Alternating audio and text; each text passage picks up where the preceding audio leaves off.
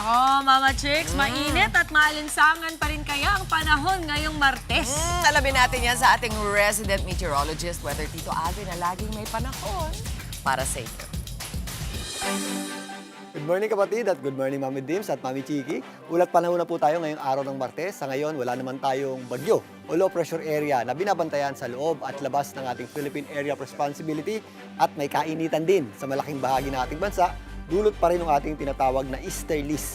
Pero hindi pa po tapos ang panahon ng amihan. Sa ngayon nga ay yan po ay medyo mahina pero umaabot na po yan dito sa extreme northern Luzon at muli po yan lumalakas sa mga susunod na araw.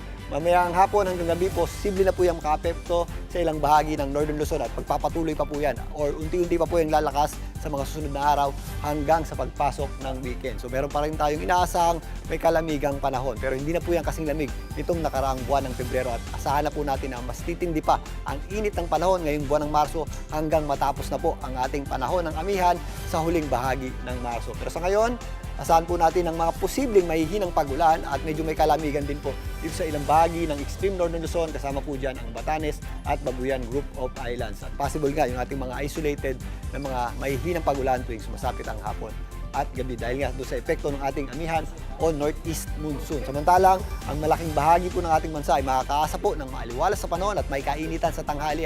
Kaya sa mga lalabas ng bahay, ugalin po natin magdala ng payong.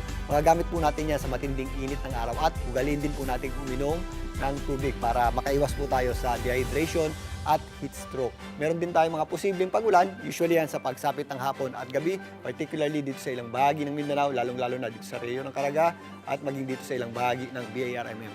At pag meron po tayong thunderstorms, mag-ingat po tayo dahil although magandang panahon sa tanghali, nangyayari po yung ating thunderstorms sa hapon at gabi at biglang buhos po yan ng malakas na pagulan at may kasama rin pong pagkulog at pagkidlat na minsan ay nagpapabaha rin po.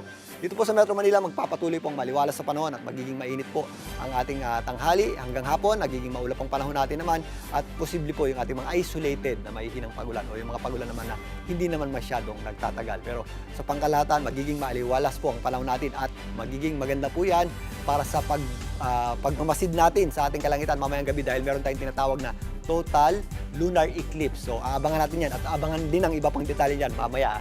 Mga kapatid, bangon na po tayo. Medyo humahaba na rin po yung ating liwanag ng araw. Ang ating araw po ay sikat. Maya lamang 6:12 ng umaga at muli po yung lulubog mamayang 6:04 ng gabi. At yan po muna latest sa ating lagay ng panahon ngayong Martes ng umaga. Muli ako po ang inyong Weather Tito Alvin na laging may panahon para sa iyo. Mga kapatid, dito Alvin Pura po na laging may panahon para sa iyo. Umaraw man o umulan, dapat laging handa. Kaya para maging updated sa pinaka-latest weather updates, mag-follow at mag-subscribe na sa social media pages ng News 5.